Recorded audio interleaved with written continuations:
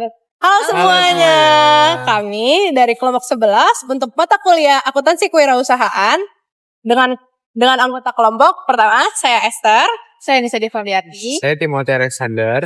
Hari ini kami akan melakukan wawancara dengan salah satu pelaku usaha di bidang pet cargo atau pet relocation, yaitu Pautera. Selamat menyaksikan.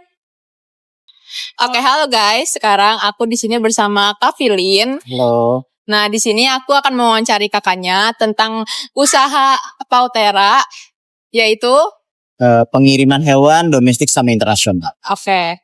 Jadi boleh dikasih tahu nggak sih bagaimana sejarah berdirinya Pautera? Itu balik lagi kita ke 2014 ya.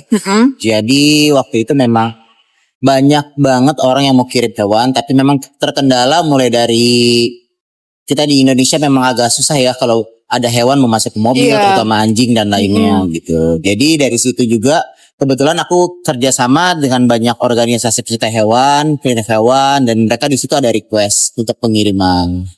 Dan ada banyak lain juga yang dari luar negeri pengen bawa hewan ke sini, cuma rata-rata terbentur sama perizinannya sama caranya. Jadi kita menyediakan jasa buat ngirim. Oke. Jadi layanan apa aja ditawarin, kayak ngirim bisa ngirim hewan apa aja? Macam-macam sih. Kalau layanan itu ada beberapa ya. Ada mulai dari darat, udara, laut juga ada. Nah kalau dimulai dari darat itu di Indonesia itu ada mulai dari KAI Logistik. Dari KAI itu di gerbong kereta buat pengiriman. Ada juga terus kita yang darat biasa mobil tuh juga kebagi beberapa, ada yang biasa sampai yang ada VIP yang kelasnya agak lumayan. Dari jenis mobilnya beda-beda. Terus kalau untuk udara itu ada kebagi lagi, dia ada kargo, ada sebagai excess baggage, ada juga yang dibawa di cabin. Nah udah di cabin itu juga dia ada macam-macam juga, ada yang cabin biasa, ada yang jadi service deh. Kira-kira paling jauh pengirimannya kemana?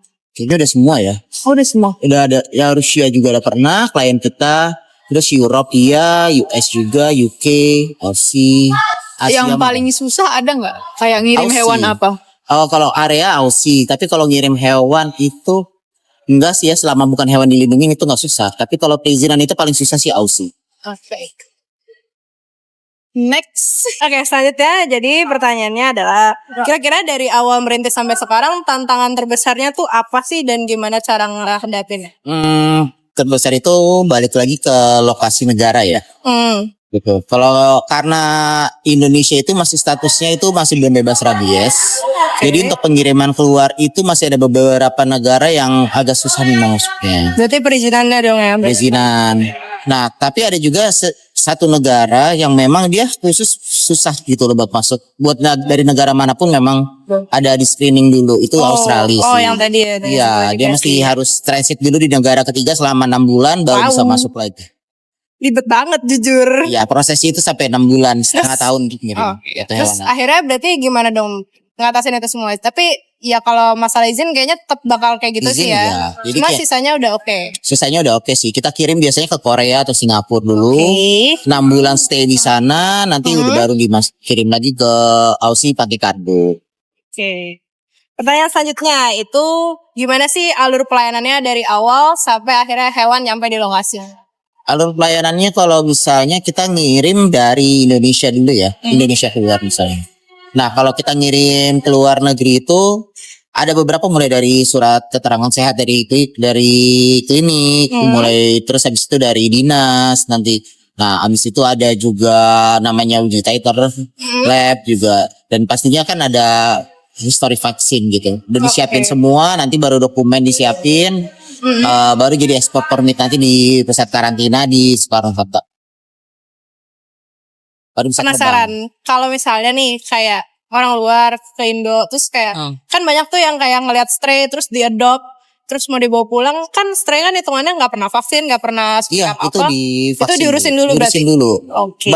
Kebanyakan malah yang kita kirim ke luar negeri itu adopsi sih. Oh, adopsi. Tapi kan ada adopsi yang memang udah pet store sama stray gitu kan. Ada yang mereka ambil sendiri, yang ambil sendiri biasanya mereka udah siapin, udah divaksin dan lainnya. Kalau enggak harus waiting dulu. Kalau yang dari shelter rata-rata itu udah divaksin, itu udah di store.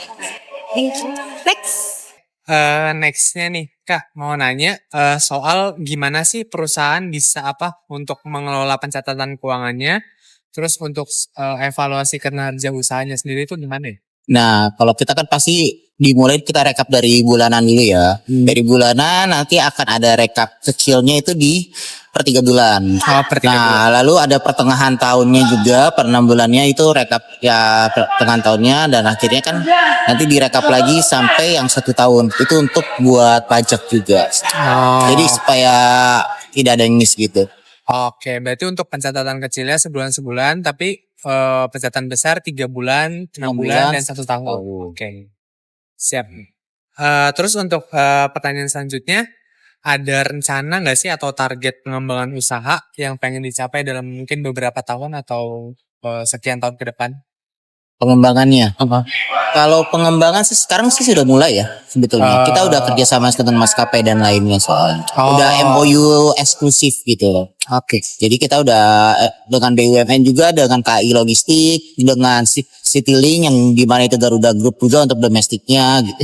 Nanti kita tinggal dengan maskapai internasionalnya gitu. Oke. Mungkin pertanyaan terakhir, Kak. Kan tadi udah dijelasin ya tentang gimana nanti mau pengembangan usahanya dan segala macam. Nah, kira-kira dari peran akuntansi tadi, kira-kira apa sih yang mendukung atau perannya akuntansi sendiri ini untuk pengembangan usahanya dan operasional dan segala macam? Nah, kalau peran akuntansi sih penting ya, krusial kalau di aku. Karena aku kan pembayaran itu payment dengan berbagai mata uang ya, dengan berbagai kurs uang gitu. Jadi kita harus dikonversi juga, harus penghitungan juga harus jelas. Sementara kan kalau untuk penukaran mata uang saat ini kan itu kan stabil, Mbak. Jadi itu kenapa update kurs tuh sampai dari 1 bulan, 3 bulan, 6 bulan, karena konversi mata uang itu tidak flat ya. Jadi mengikuti perkembangan mata uang. Jadi harus selalu diupdate. Oke, itu aja sih paling Kak Filin untuk pertanyaan-pertanyaannya. Terima kasih. Oke, thank you. Dadah, guys.